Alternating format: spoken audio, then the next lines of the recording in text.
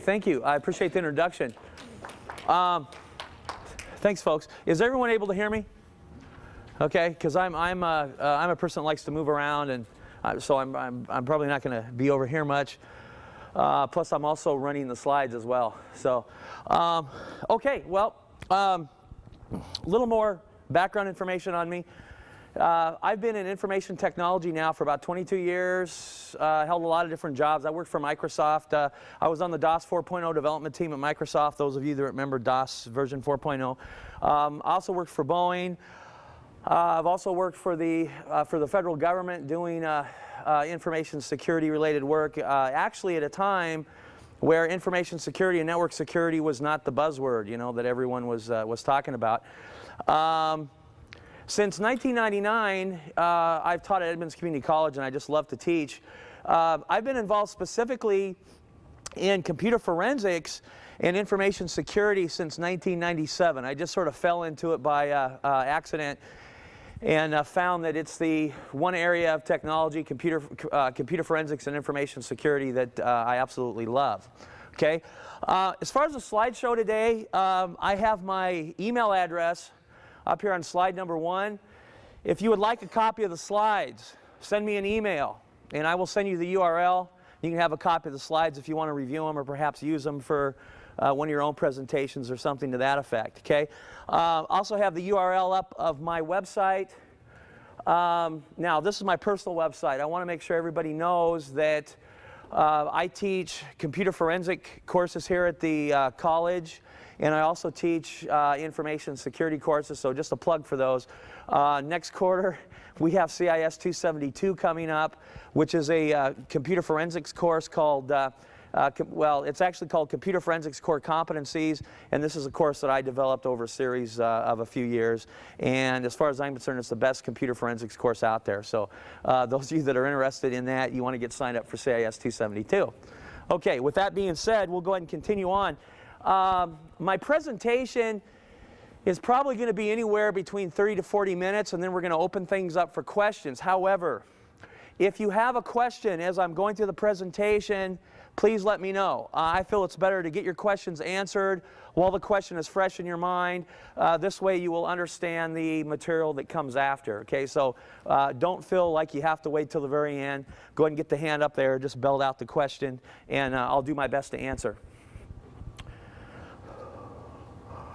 Okay, so the topics that I'm going to be going over today, I'm going to tell you a little bit about what I do, not that I'm trying to advertise myself, but just to give you an idea of where I'm coming from. We're going to talk about what is computer forensics, and we'll give you a couple definitions. We'll give you a real complex technical definition, and then we'll go ahead and break it down in very simple terms. We're going to be talking a lot today concerning where can data be found. I think that's probably why most of you came here today, to find out about all the clues and all the information that your computer is leaving behind when you delete your files and you think they're gone, or when you format your drive or you repartition your drive. Some of you are going to be surprised today to find out, for example, that when you format your drive or you repartition your drive, all the data is still there, and if you have a qualified person capable of recovering the information, it's really not that difficult to get it back.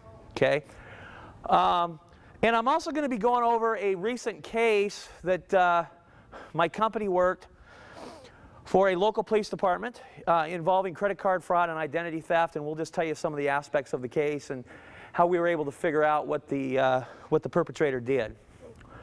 Okay, let's see here. Okay, and everyone's able to hear me again, right? Folks in the back can hear me all right? Okay, so a little bit about what I do. First bullet there, legal counsel consulting. I train and educate legal counsel on the technical aspects of cases involving information technology. So for example, an attorney or a lawyer, whatever you want to call them, they have a client and their particular case or scenario involves information technology. Okay, I may be working, if it's a civil case, I'll work for the defendant, I'll work for the plaintiff. I will basically take a look at the facts concerning the case, and I will advise legal counsel on the overall game plan. Do they really have a case? What's the best thing to do? If this case were to go to court, what do I think would possibly happen? And so forth. I just want to mention that right now, currently, If it is a criminal matter, I will not work for the defense. I will work for the prosecution. Everybody deserves their day in court, and I think that's absolutely fantastic. However, I also have a relationship with law enforcement that I need to maintain, and typically it's the job of law enforcement to put the bad guys away, and they don't really like it if you're helping the bad guys, even if it's a supposed bad guy. So currently my company does not help out in criminal cases working for the defense. I also do work as a testifying expert, and this basically is when I go into court and or a deposition or some other type of legal / administrative proceeding, and I talk about the evidence. I talk about the information that we've extracted from the computer, or we've extracted from a server. Talk about the relationship between proxy server logs, firewall logs, and so on and so forth. Basically, I'm giving my testimony and providing my expert opinion concerning what we found on the computer systems and what we think all the information means. Interpretation of the evidence is a really big deal. It's not that difficult, folks, to show somebody how to properly recover information once the information has been deleted, or a drive has been formatted, or a drive has been repartitioned. It's not that difficult to teach someone how to get the information back. What's difficult to show someone is how to properly interpret the evidence, because a lot of times people's lives are actually at stake. A lot of times people's jobs, especially nowadays, are at stake. There's a lot of folks going into work and doing stupid stuff with the computer and looking at types of information that they shouldn't be looking at while they're at work. Okay? So I also do work as a testifying expert. Training, I provide classroom training on computer forensics and information security. As I mentioned to you before, primarily I offer classes here as a EDCC instructor. Also offer classes through my company. For example, this weekend we're going to be going down to Vancouver, and we're going to be giving the computer forensics core competencies class down there. Other services that we offer, we do vulnerability assessments for companies. We will go into to a company or corporation, basically tell them what type of security holes they have, what types of things that hackers are going to try to do to their network, what types of things they need to fix, and we help them to plug the holes up. We help them to develop security policies. We do provide free consulting services to law enforcement and charities. We've been approached by several nonprofits in regards to working on various cases for them, and typically we do those at no cost. And I've also been able to, and this is what I think is really cool, I've also been able to bring these cases into the classroom and give my students actual hands-on experience on real cases. And I think we're the first college to do this. I'm not aware of any other college in the United States that's actually bringing in real cases from the field and allowing the students to work on them. So a lot of times when my students finish their computer forensics class, they've already worked on their first case, and that's pretty cool if you ask me. They're able to say that they've got some real hands-on experience. Now granted, I may have 30 students and they're all looking at a copy of the same hard drive, but still it's given them some hands-on real-world experience. Okay, and typically I do this if we're working on the case for free. There's some paperwork that the folks sign authorizing me to bring this into the classroom and let the students work on it with me under my guidance. Okay, now let's jump to what exactly is computer forensics, and I'm going to read this first paragraph here, and then we're not going to talk about it a whole lot. Okay, I just want you to know that there actually is quite a bit involved in computer forensics. It's not just having the ability or the capability to go into the computer system and extract information. So, computer forensics is the preservation, identification, extraction, interpretation, very long-winded, and documentation of computer or digital evidence to include the rules of evidence. This has to do with what's going to be allowed in court and so on and so forth. Legal processes. Typically we leave the legal processes up to the attorneys. Integrity of evidence, factual reporting of the information found, and that's really a biggie. There's quite a few hired guns out there. What is a hired gun? Well, you know, you can find a hired gun as a medical expert, or, I mean, there's all kinds of expert witnesses out there, right? Basically, a hired gun is somebody that will say anything for a price.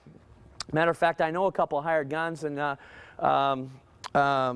of the folks just charged the United States Navy $40,000 for working on a case. And I actually was able to see a copy of the report, and it was, I think the truth was stretched a little bit. Okay, so I would call that person a hired gun. So very important that we have factual reporting of the information found. Even if it's not something that our client's going to like, we're still providing a very valuable service. Okay, let's see here. And providing expert opinion in a court of law or other legal proceeding as to what was found. And really that should say providing expert opinion in a court of law or other legal/administrative proceeding. Because it doesn't necessarily have to deal with a legal matter. It may deal with an administrative matter. An employee has information on their computer, and maybe the employer is thinking of getting rid of them. So that's more of a, they haven't broke the law, but they've done something that the company doesn't like or that management doesn't like. And we get involved in a lot of those cases, those civil types of cases where people's jobs are on the line. The second definition there is a little simpler to understand. Computer forensics involves identifying what happened, when it happened, and who was involved in relation to computer system use or access. That's basically what it is that we're trying to show.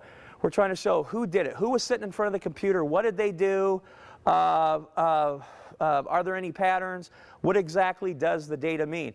Or maybe someone connected to that computer remotely or over the network and did something, and it looks like the user that owned the computer or that was logged on to the computer actually did something. These are the types of things that we deal with. Okay, how's everybody doing so far? Okay, our primary goals in any computer forensic investigation, first thing that we're going to do, and I'll explain the details of this a tad bit to you, we're going to acquire or preserve the evidence without damaging or altering the original. Now I want you to think for a moment about a crime scene.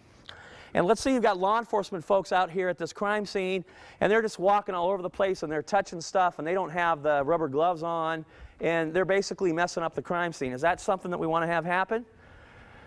No, they want to be able to preserve that scene. We don't want the evidence to be tainted.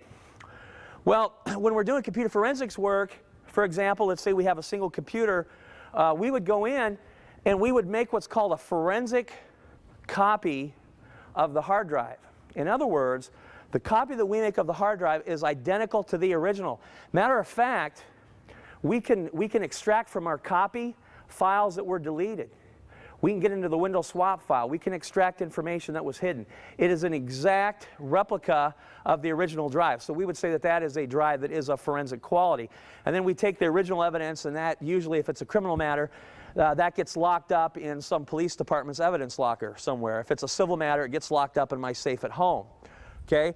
So we don't want to work on the original evidence. There's very few situations where you will need to work on the original evidence. Okay? One situation I could think of, let's say you have a server that's being attacked by a hacker or something of that nature.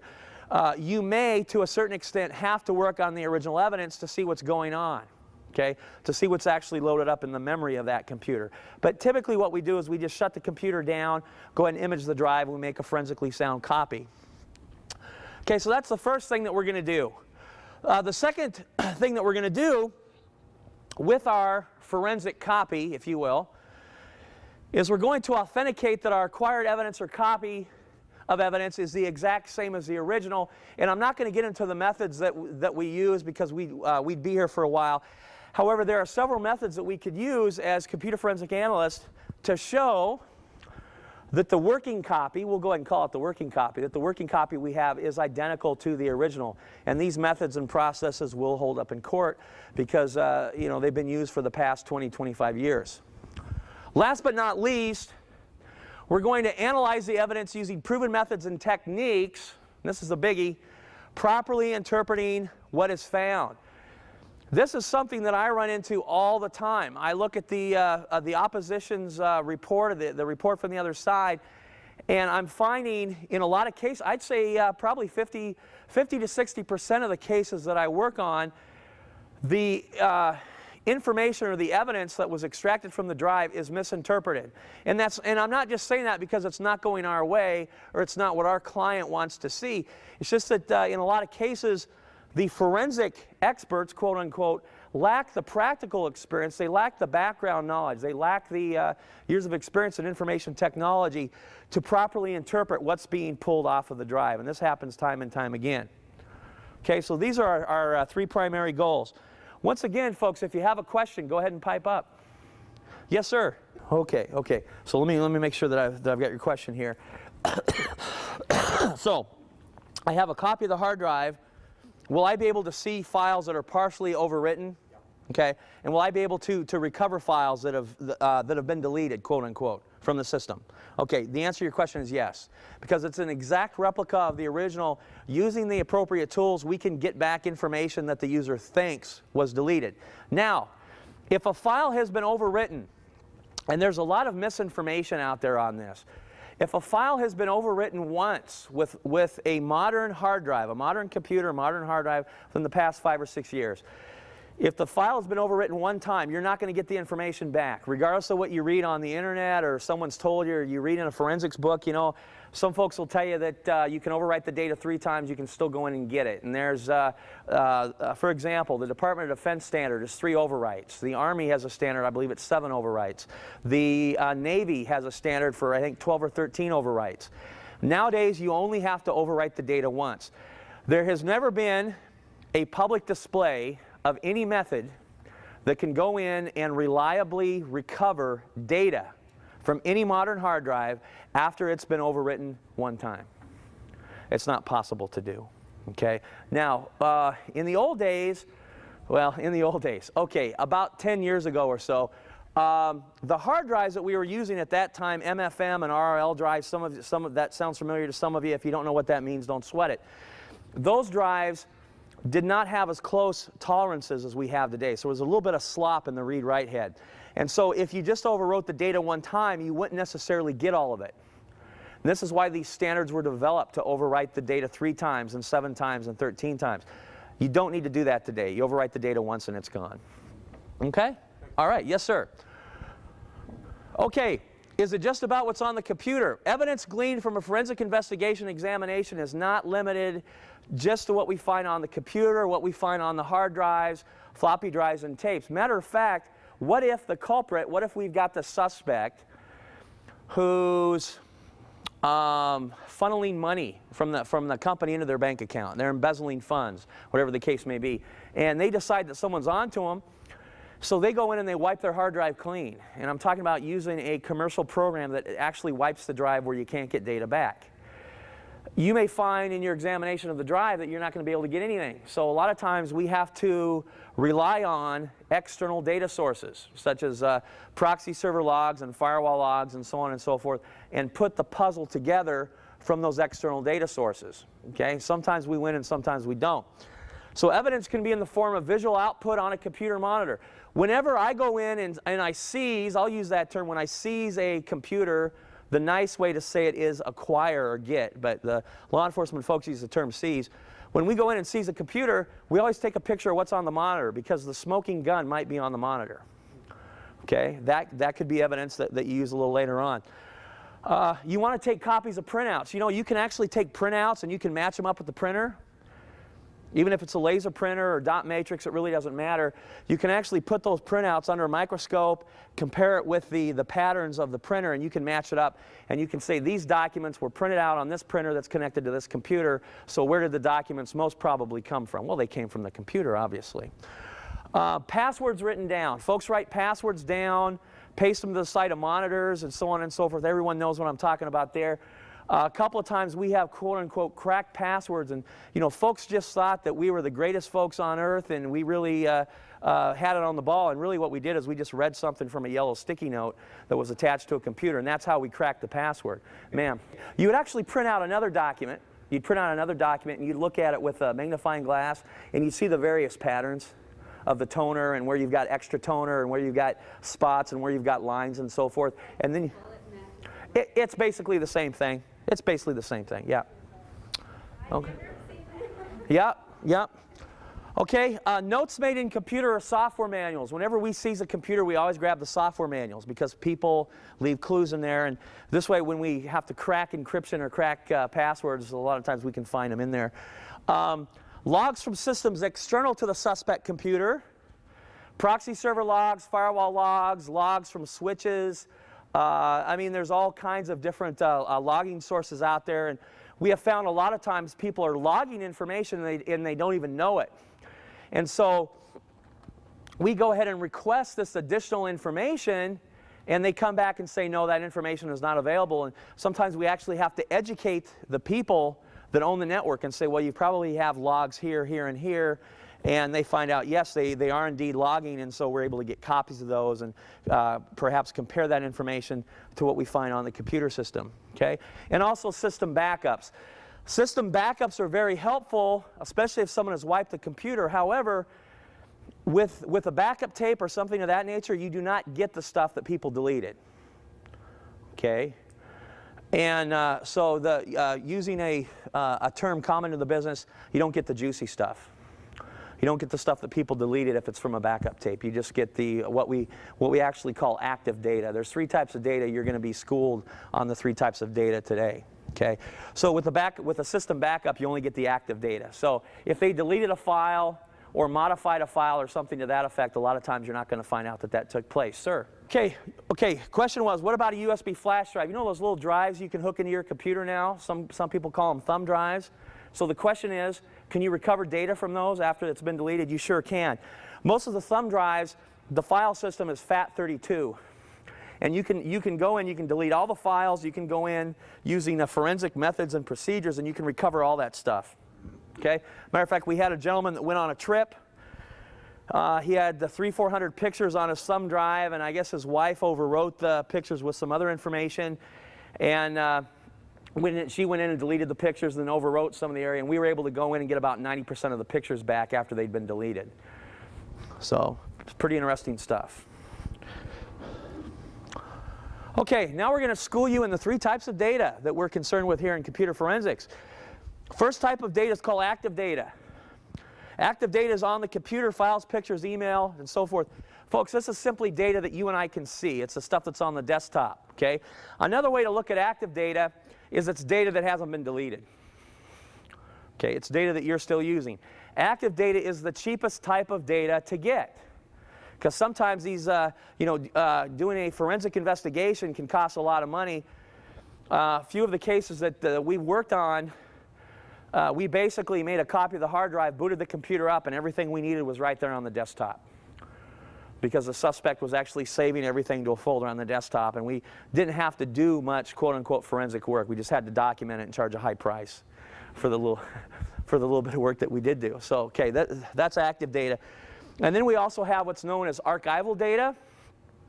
Archival data, these are backup tapes, for example. You make a backup copy of something and you save it to a CD. Hard copy printouts are also known as archival data. So if you ever get involved in a computer forensic analysis or investigation, you always want to ask for the archival data, because the archival data can show you changes over a period of time. They can show you that the file system contained particular files, and then, hey, what do you know, on a particular day they were deleted or they were modified. So you always want to ask for archival data. Okay? So far, so good? Everyone's doing all right with this? All right? Last type of data that we're concerned with in computer forensics is called latent data. And to use a term that we use in the business, this is the cool stuff. This is the juicy stuff. Latent data basically is data that's been deleted. Comes by a few names. Unallocated space. Unallocated space is the space where we used to have files. We delete the files. The space is now available to write other files to, but the file's still there. Okay, and I'll give you an analogy of that here in a minute that'll make it a little easier for you to understand. Slack space. How many folks have heard of the term slack space? Okay. You know, have you ever needed something for a recipe? Maybe you only need a quart of milk, right? But you go down to the store and they don't sell milk in quarts. You have to buy a gallon. Okay? Well, but you really only need a quart. Well, basically you have 3 quarts of slack space. You've got some extra stuff there. Okay? Slack space is bits, pieces, fragments, and so forth of information that were on the computer before, and they still exist. It's actually used to pad out files, because an operating system will allocate space using a particular minimum amount. For example, 2,048 bytes, right? So let's say that's the minimum allocation unit that we have for our operating system. So far so good? 2,048 bytes? Well, what do you think happens if we save a file that's only 48 bytes in size? We still allocate 2,048 bytes. So you end up with 2,000 bytes of slack space. Is this sort of making sense? The slack space is what was there before you wrote the file. It's stuff that's been hanging around on the computer. So it's used as padding, okay? But when we delete that file, the file and the slack space that was occupied by the file, that now becomes an unallocated space. How's everybody doing with that? Okay? Well, this is known as latent data. Latent data is not typically available to the computer user. You can't see it unless you have forensic tools. The terms ambient data and residual data, because it's still there, residue, if you will, of the old information, are also used to describe latent data. So if we have a criminal or a suspect or someone that's doing something they're not supposed to do, and they go in and they delete their files or they try to cover up their tracks, whatever the case may be, the information that we're looking for in that case typically is going to be latent data, and you have to have special tools to get at it. Okay? Yes, ma'am. Okay, the reason they were able to go in and retrieve that, and you were using Microsoft Windows, weren't you? Yeah. Microsoft Word, okay. What Microsoft Word likes to do, okay, just real quick, some of you may not have heard the question. She was editing a document and didn't save it, okay? But yet somebody was able to go in and actually retrieve the document. Here's how that works. You're using Microsoft Windows and Microsoft Word. What Microsoft Word likes to do is create temp files. Temporary files, and typically they're going to be in like 64 kilobyte chunks. It's temporary work area that Windows uses, okay? Well, these files are created as you're working on a document or you're editing a document, whatever the case may be, and then when the temporary files are no longer needed, they're deleted by the operating system. You don't even know that they're there. Typically you don't even know that they're there, right? But the fact of the matter is it works like any other file. If you delete it, until it's overwritten, it's still there. You can still go in and get that information back. So that's how somebody was able to go in and retrieve her document, even though she didn't physically click on File Save. It's because Word will, over a period of time, will make temporary copies of the document. Does that make sense? You can still go in and retrieve the data. Okay, ma'am. Okay, that's an excellent question. So the question is, we have a bank of computers connected to one printer. Is it possible to tell what was printed and what computer it came from? And the answer to the question is, well, okay, is it Windows? Yes. Okay, good. See, because Windows is the most insecure operating system around. Leaves all kinds of stuff out there. Anyone from Microsoft here today? Okay, if there's anyone from Microsoft here, I apologize, but I worked at Microsoft and I feel I have, you know, I'm able to say this stuff. There are spool files that are created on the machine that actually printed it, and these spool files have a particular signature to them. They have a particular makeup, and you can actually go in and you can carve from the drive these spool files, and if you have the right print driver set up on your forensic workstation, you can actually send what appears to be a mess of gobbledygook to the printer. You can print it off and you can see what somebody else printed. So yes, it is entirely possible, if you've got multiple computers using one printer, to actually ascertain who printed what and when. Very possible to do that. Okay. Okay, now we're going to get a little technical on you, but not too much. Okay? They say a picture is worth 1,000 words. We're going to talk about this stuff here for a little bit, but we're not going to fixate on it. Matter of fact, I'm going to move over here. Okay? Now, if you understand this the first time you see it, you're doing excellent. Because this takes most of my students a couple times going over to actually understand what's going on here. Okay? So I wouldn't sweat it too much. Now, we have a file here. The file is 2,816 bytes. So far, so good. Our operating system, however, allocates storage space for files in 2,048 byte chunks. Is everybody with me so far? So that's the smallest amount of space that can be allocated for a file is 2,048 bytes. Okay, so if we save a file that's 2,816 bytes, how many of these allocation units do we need? Got to have 2 of them. Is this making sense to everybody? Have to have 2 of them. But once again here, Our file is only 2,816 bytes. So we've got this gray area at the end. Does everybody see that? That gray area is slack space. That gray area is slack space. And what it is it's information that was there before, with one exception. There's a particular type of slack that is created with Windows computers, and it's called RAM slack. RAM slack is used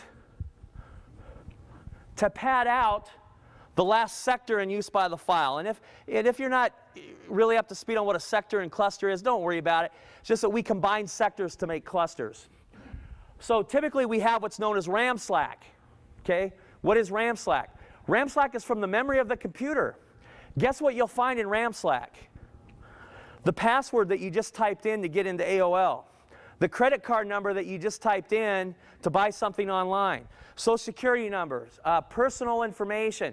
Whatever is in your computer's memory, it's like you're sort of taking a chance. Whatever is in your computer's memory, your computer is going to grab it if it's close, if it's easy to do, if it's quick, and it's going to write it to the drive as RAM slack. How does that sound? Okay. However, with that being said, that makes for an interesting topic.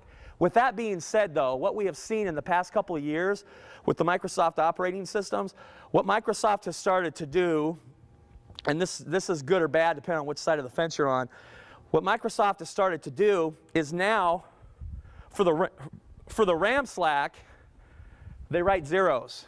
Instead of grabbing from what's in memory, they write zeros. So it's a little more secure. But I'll tell you, we found some really interesting stuff in RAM slack before. But you still have what's known as disk or drive slack, and that's the information that used to be on the drive. Okay? Is this sort of making sense? This goes back to my analogy. You know, you need a quart of milk, but you got to buy a gallon, right? Well, the allocation unit that you get from the store is 1 gallon, but you only need a quart, so you got some left over, don't you? What you've got left over, that's our gray area right there. And I've got a question. Is this the page file or the swap file? No, this is something totally different. However, the page file or the Windows swap file has a lot of forensic value to it. Because even if someone goes in with a program and tries to overwrite data, that information typically has made it through the swap file, and you'll still be able to find a copy or at least a remnant of what was wiped from the drive in the swap file. Okay.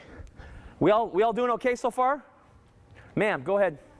Matter of fact, okay, so the question was, can you go into a computer where it's common use and figure out who did it? We do that all the time. And as a matter of fact, we just worked a case. We're just finishing it up, and we're turning in a report into Edmonds Community College where they had a student use one of these common use computers, and we were able to track it down to the student. Although they didn't log in with their own unique user ID, we were still able to get information from their online activities to say it was this person. So it is possible to do. And see, if you load the software on the hard drive you're examining, what are you doing? You're destroying the data. You never load your forensic software on the drive that you're examining. That doesn't make any sense, because now you're going to overwrite the unallocated space, and that's the stuff that you want to get in the first place. But this is what we find a lot of the quote-unquote experts doing. They download the software right to the hard drive that they're examining, and they say, well, there's nothing there. Well, of course there's nothing there. You just overwrote it with your forensic software. So it's not very likely. Go ahead. But you know, with the hard drive sizes that we have today, to be able to quickly zero in on a piece of information, it's not going to be very likely. Because, I mean, if you have an 80 gigabyte hard drive, it's like going through four tractor trailers full of printed material. So I mean, if you have a limited amount of time, it's not likely you're gonna find something. But yeah, you do have a good point. Well, they could, but they're only going to get the logical data. They're not going to get latent data. To get latent data, you need to have a forensic tool. You could actually image the hard drive over the network and send a representation of the hard drive to a network server right over the network as the computer is still turned on. That's possible to do, and it will be of forensic quality. If you have the right tools and know-how, it's possible to do. Yeah, it could be a potential problem, absolutely. Did I have another question? Okay, all right. Okay, file slack. In our graphic, the grayed out area in the last cluster contains space that's not in use by the logical file. This area is called file slack. So just once again, what are we talking about? This grayed out area. Okay? Rarely do file sizes match one or more clusters perfectly, and some drives can contain hundreds of megabytes of slack. What can be found in slack space? You can find user IDs and passwords, data that was viewed but not saved. So this goes back to your example. even if you don't save the file, and we had a case where some death threats were being made against a city official, and the person went in, they created some documents, and then they changed their mind. They said, nah, I don't think I'm going to do this. But we were able to go in and find the temporary files that Windows had created, even though they didn't go and click on File Save. So, deleted email messages and other files. You can find all this information in Slack space. But once again, what is found in Slack space is latent data, isn't it? It's not active data, it's latent data. Okay. So when a file is deleted, the content of the file in the Slack space previously occupied become unallocated space. So unallocated space works like this, folks. Say you've got a large library. So here's your analogy. You've got a large library. And you're the librarian. Now, we're still using the old card catalog system where you physically had to walk up to a card catalog, you know, the Dewey Decimal. Some of you remember that. So the librarian knows that there are new versions of particular books coming in. So here's what the librarian does. And the analogy is deleting a file on your system. The librarian goes out and just takes the index cards out of the card catalog. The librarian doesn't go out and grab the book. The librarian only goes out and grabs the books when she has a new book to replace it with. Does that make sense? That's how your computer works. When you delete a file, you just remove the index card. The file is still out there until it gets overwritten. Make sense? Okay. Now, here's a little analogy there for Slack space. Let's say you have a videotape. Let's say the only size of videotape you can get is 2 hours. That's the only size that's made. So you purchase this movie, I don't know, let's say it's The Matrix, 120 minutes or 2 hours long. Later on, you decide to make a home movie of about 30 minutes. You write this home movie to the tape, and you label the tape as home movie. You have 90 minutes of Slack space consisting of The Matrix. Does that make sense? That's how Slack space worked. It's part of the old stuff that used to be there. Okay. We'll just keep on going. So when a file is deleted, the operating system marks the clusters as available for new data. The data is still there and can be retrieved. Even if overwritten, part of the data can still remain in Slack space. I have personally extracted files in their entirety from Slack space and unallocated space that were over 5 years old. Okay, a quick story. Particular person was being accused of going out and visiting pornographic sites and all this type of thing. And we went in and looked at the hard drive, and we started pulling up all these emails that basically showed they were going out to these pornographic websites. I mean, hundreds of these emails.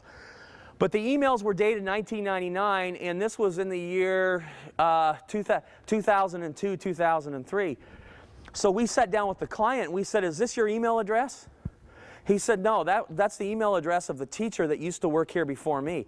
What they did is they took the hard drive out of another teacher's computer, put it in his computer, repartitioned it to make it smaller, the logical drive smaller. And what we were seeing was the data from unpartitioned space, which the user can't really even get at that, but that's what we were pulling up. And it wasn't even this guy, it was this other teacher. And this was a teacher that had over 21 years of service, and they were going to fire this guy because of this information that was on his computer. And we were able to show it wasn't even him, it was the guy before him. Okay? And it was so like it was 5 years old. Basically, it was 5 years old, hadn't been overwritten. The computer couldn't even address it because it was in unpartitioned space. Some was in unallocated space as well. Okay, formatting. Some common misconceptions here real quick because I want to make sure we've got enough time for questions at the end. Formatting does not destroy all the files or data on a hard drive. Okay? And by the way, there really is no such thing as an unconditional format of a hard drive. Now, some of you that are technically adept, you may know about there's a switch that you can use with the format command from the command line that supposedly formats the entire drive and erases stuff. That switch doesn't work with the hard drive. But the operating system will not give you an error message back. That switch was only designed to work with floppies. Okay? So it gives you a false sense that you're erasing stuff and you're not. You format a hard drive, you can go back in and get just about everything that was there before. Yes? Okay, if you do a true low-level format, you know what? Really, a true low-level format simply goes in and overwrites every sector of the disk, usually with zeros, from absolute sector 0 to the end of the disk. If you do that, that's just like overwriting the entire drive. You're not going to get anything back. So if you do a true low-level format, that's the same as wiping a drive. It's not really a format. But that alone is not recognized like by DOT as a method of destroying data. You know what? It's not recognized by DoD, but I guarantee you if you do that, the data is going to be gone. The data is going to be gone for all intents and purposes. There's never been a public display of anyone being able to go in using a methodology called magnetic microscopy. And that's when you go in, you look at the surface of the hard drive with the microscope, and you look at the little pieces of iron. And you say, okay, well, this piece is leaning this way, so there used to be a 1 here, or this piece of iron is leaning this way, so there used to be a 0 there. I mean, you know, how are you supposed to tell what really used to be there? No one has ever been able to create any useful data using that method. So most of it's theory, but a lot of folks believe in it. Partitioning, repartitioning a drive or deleting a partition does not destroy the data. The partition can be recreated. You know, this is pretty cool. You've got a criminal that goes in and they format the drive. Aha, I'm going to get rid of this stuff. And then they delete the partition. And they willingly hand over the computer or drive because obviously all the information has been deleted, and we go in and we recover everything. On used hard drives that I have obtained from various sources. See, I get hard drives off of eBay. I go to surplus stores. Because sometimes the drive that I'm looking for, you can't go to the store and buy anymore, right? So I have to get used drives. Let's say I want to make a physical copy of a particular drive and I can't find it online somewhere in the store. I have to go out and obtain used drives, okay? This is what I've ran into on these used drives. I have found employee data because, hey, if I'm getting a used drive, I mean, I have to go in and do a forensic analysis of it, right? Just to see what could be there.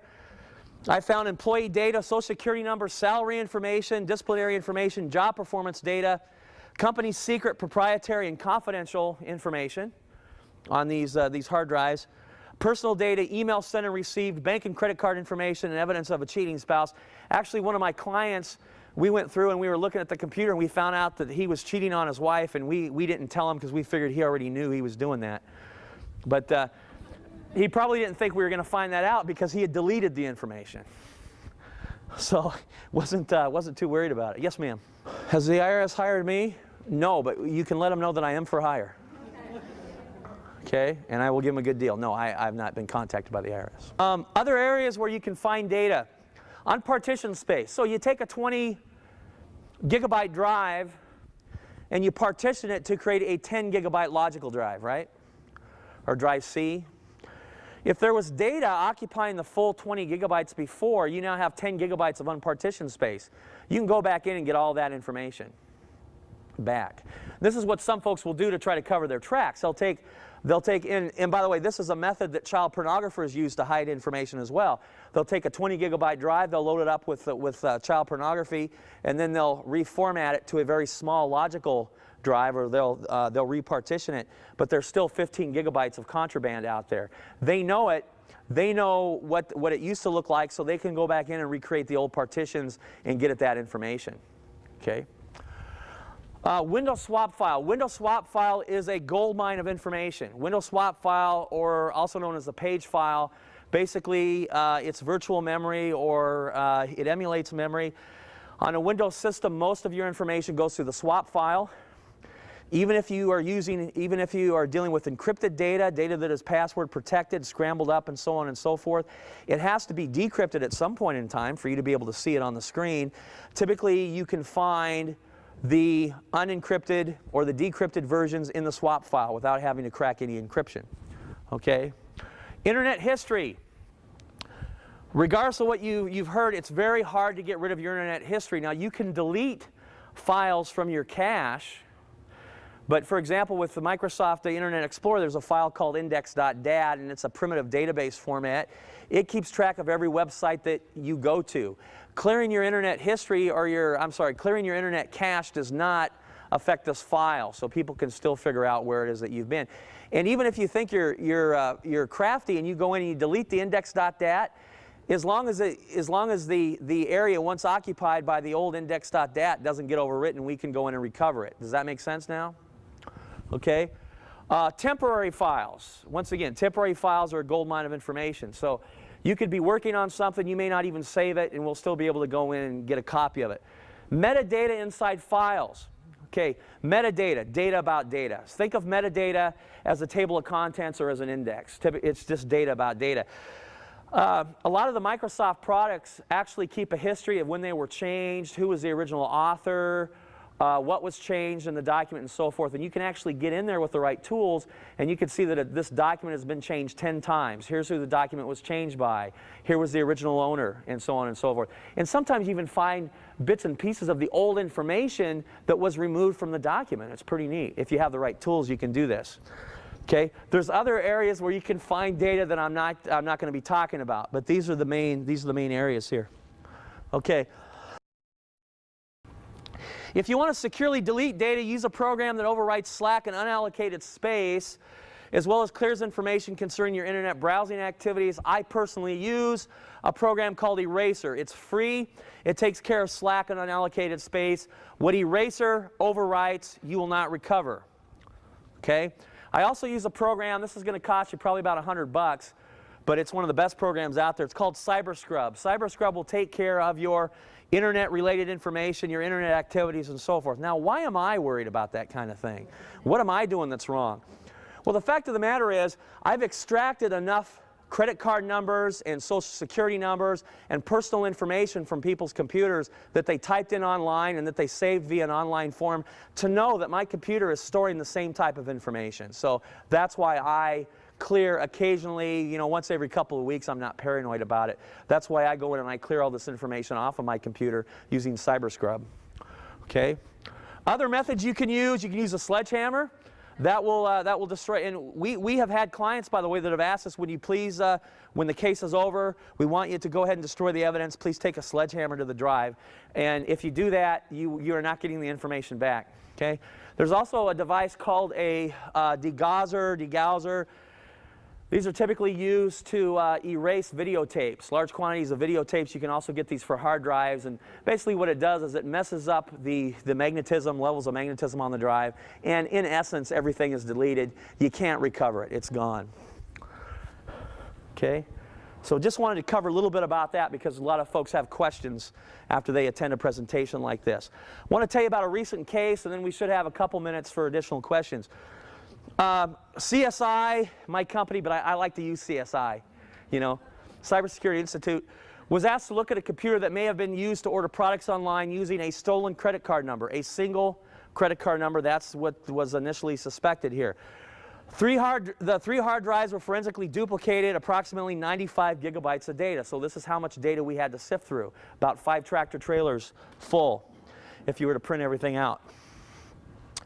We found evidence of emails being sent to execute a phishing scam. Here's a phishing scam.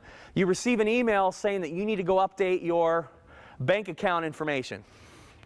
So you click on the link that's in the email, you go and you update your bank account information, put all your personal info in there, which is sort of weird. I mean, why are they asking you your bank account? Shouldn't the bank know? Okay.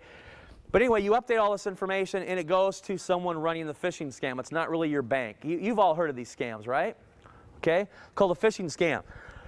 Approximately 10,000 emails were sent to AOL users by the suspect telling them to update information. Out of these 10,000 emails that the suspect sent, 3,000 AOL users responded. This was sent to AOL. And submitted their personal information to the suspect, including credit card and bank account information.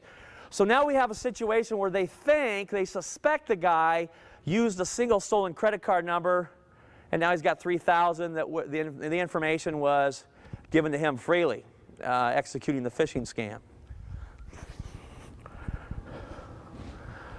Hundreds of the credit card numbers were then used by the suspect to create PayPal accounts. We also have evidence that shows he probably had some inside help at various banks where they could actually go in and figure out what the limit was on these credit cards. And we feel that what he did is he went in and he targeted those credit cards that had the highest limits. Okay? Usually folks that have a limit of $20,000 or $50,000 on their credit cards, wherever the case may be, they don't get too concerned about these little charges, right? So that's what we feel this guy did. He went in and he used the credit cards that had the highest limits. Okay? So everyone's tracking with me, right? Okay? So he got the credit card number sent to him, and then he took about 400 or 500 of them, went out and created PayPal accounts with the credit cards. So see, he's trying to dilute his association with these credit card numbers. He's trying to distance himself from the use of these credit card numbers. Several web-based businesses were created by the suspect, with non-existent products from the web-based businesses being put out for bid on eBay. So now he went out and he created 3 businesses that really didn't exist with various types of products. And then he goes out on eBay and he puts these products up for bid. And some of them were car parts and some expensive construction equipment and compressors and so on and so forth. But they didn't exist. Using the fraudulent PayPal accounts, the suspect always won the bidding. So he's bidding against his own products that don't really exist using the PayPal accounts, which were set up based on the stolen credit card numbers. Is everybody with me? Once again, he's trying to distance himself from use of the card. And he would use the real person's name. Use the real person's name for the credit card and the PayPal account. Money was transferred in the thousands of dollars to the bank accounts of the suspect. And this is sort of funny because I'd never seen this before. The suspect took screen snapshots of his account balances and saved the information to the computer. So he would go out and he had a bank account in Canada. He had several bank accounts here within the United States. And he would go in and, online, you can do your online banking, right? And it would show you the account balance and this, that, and the other. And he would take a screen snapshot of that and save it to his desktop. And I think he'd sit around and look at it, doing one of these numbers. So now we had all this evidence, plus he's doing us a favor. He's taken these screen snapshots of his account balances over a period of time and saving them to his desktop. Hey, that was pretty nice of him. Okay? Victims included people from England and Canada as well as the United States, so now this became a federal matter. This scheme was perpetrated by a person in their early 20s with a little computer experience. Evidence that we extracted from the computer tells us this person was able to get the information they needed to perpetrate the scheme just by going out on the internet and reading various websites and so forth that told you how to execute a phishing scam and gave you the programs you needed to put on the web server and so forth. This guy had very little computer experience. Matter of fact, when we seized the computer, someone had put the computer system together for him and the hard drives were just flopping around in there. I mean, this was the worst computer I'd ever seen in my life, and the guy didn't know how to secure the hard drives or anything like that. Once again, very little computer experience. Hadn't been out of high school for long and decided that he was going to do this, had some free time on his hands. Okay. This case is but one example. More and more criminals are using computer technology on a daily basis to commit crimes. And the really good stuff you don't read about, you're not going to see in the newspaper. Really good stuff you're not going to see in the newspaper. There will be an increasing need for computer forensic professionals in the years to come. Trust me. Okay, so CIS 272 is the key word there. Any questions? What questions do you folks have for me? Yes, ma'am. So your question is 2 parts. Can you have spyware on your computer without you knowing? Number 1. Number 2, will it affect the operation of your computer, possibly slowing it down? Yes and yes.